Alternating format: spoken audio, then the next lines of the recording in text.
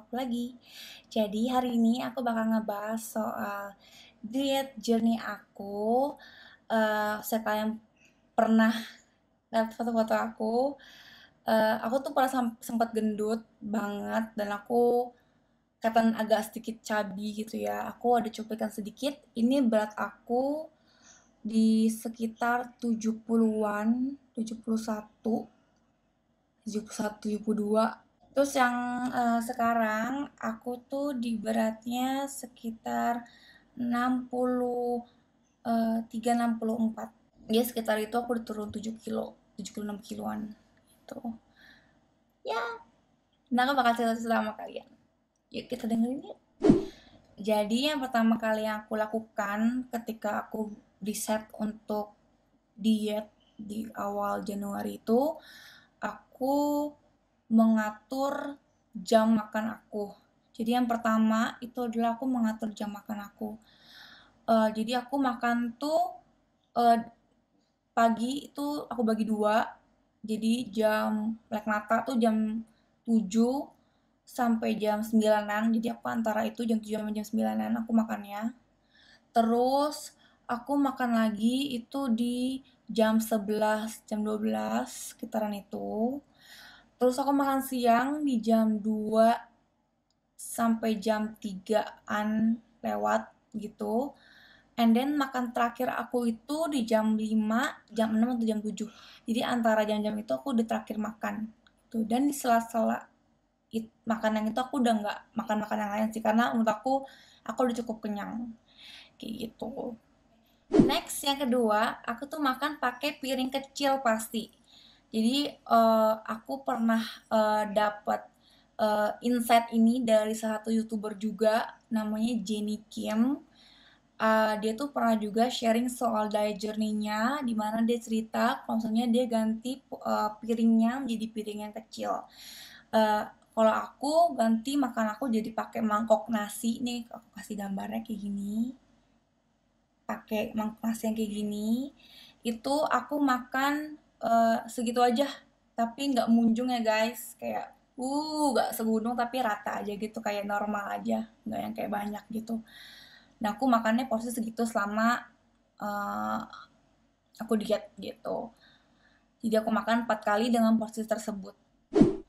Tips untuk selama makan, aku tidak pernah nonton TV sambil baca koran atau nonton komik di HP. Itu aku enggak. Jadi aku fokus aja makan. Aku tidak melakukan multitasking ketika aku makan.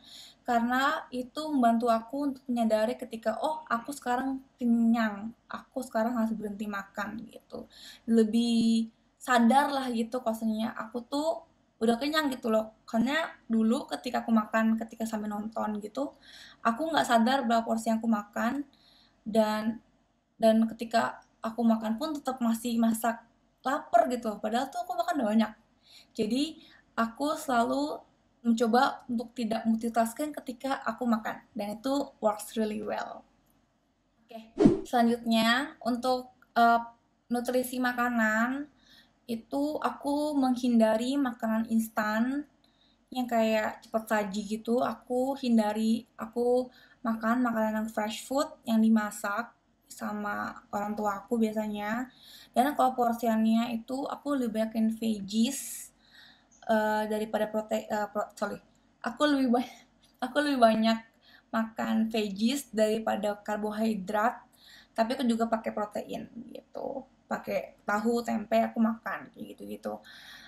Porsiannya pokoknya aku selalu makan banyak veggies, dan veggiesnya itu biasanya aku nggak makan yang mentah, nggak kayak salad gitu, aku nggak makan salad, tapi aku makan kayak tuh mungkin capcay, kuah, atau tumis-tumisan sayur, chasing misalnya, aku makan kayak gitu-gitu. Dan kalau gorengan aku mesti makan, cuma tetap porsinya dikontrol, nggak yang kayak banyak semua gitu, cuma aku tetap dikontrol makannya sesuai porsi ya si mangkuk kecil tadi gitu. Terus untuk nambahin kayak vitamin dan nutrisi untuk badan aku selain makanan utama itu, aku juga makan kacang-kacangan kayak gini. Which is ini aku lagi makan tuh kacang walnut kayak gini. aku makan tiap pagi, mungkin cuma kayak 5 sampai 10 butir aja aku makannya. Ini ngebantu banget biar rambut aku tuh nggak rontok, kulit aku tetap sehat, sama kuku aku tuh nggak patah-patah. Ditambah lagi aku setiap 2 hari sekali aku minum vitamin juga, entah vitamin C, vitamin yang lengkap kayak B12, B6 gitu, aku juga minum. Selain aku ngatur makan, aku juga olahraga, jadi yang nggak semerta-merta cuma ngurangin eh, makanan doang, tapi aku juga olahraga. Aku olahraga seminggu 3 kali, dan aku lebih utamain angkat beban daripada kardio, karena based on experience, kardio itu gak gitu ngaruh banyak di aku karena aku jadi capek banget kalau kardio. Sedangkan kalau workout yang weightlifting kayak gitu, itu eh, emang capeknya sama, cuma dia berasa impactnya tuh jauh lebih long last daripada cuma kardio gitu loh. Jadi kalau kardio ngebakar lemaknya cuma di saat itu doang, weightlifting itu sampai 2 hari ke depan tuh otot tuh masih kebakar gitu istilahnya. Jadi aku lebih milih weightlifting daripada kardio, walaupun aku juga kardio tapi intensitasnya jauh lebih rendah daripada weightlifting. Yang terakhir itu adalah aku nggak pernah ada namanya cheating day. Kayak hari Selasa atau maksudnya satu minggu ya kalau cheating day. Cheating day itu aku nggak pernah ada sih. Kayak mendedikasikan hari untuk cheating day itu aku nggak ada, karena aku merasa sepanjang hari itu aku merasa ternutrisi, aku happy sama makanan aku makan makanan yang aku suka, dan aku nggak perlu cheating day untuk uh, memuaskan craving aku itu.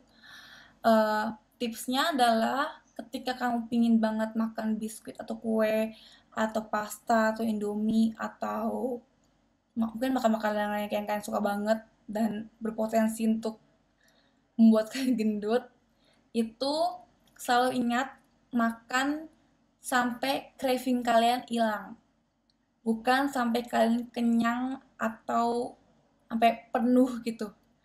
Jadi sama aja kayak kalian minum air, ketika kalian haus, kalian kan minum sampai hausnya hilang kan, bukan sampai kalian kembung.